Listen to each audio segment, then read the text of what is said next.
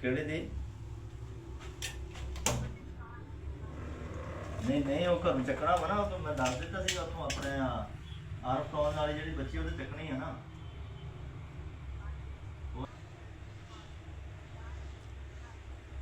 ਨਹੀਂ, ਉਹ ਤਾਂ 12:30 ਵਜੇ ਚੱਕਣਾ ਨਾ, 12 ਵਜੇ।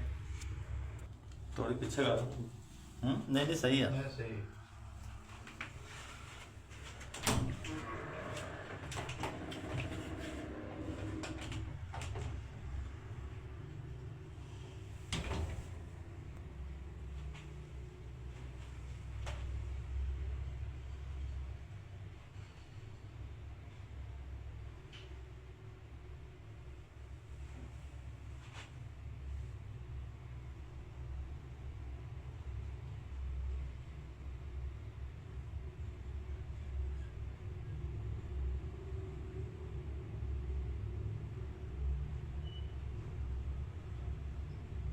ਕੱਢ ਲਿਆ ਵੀ।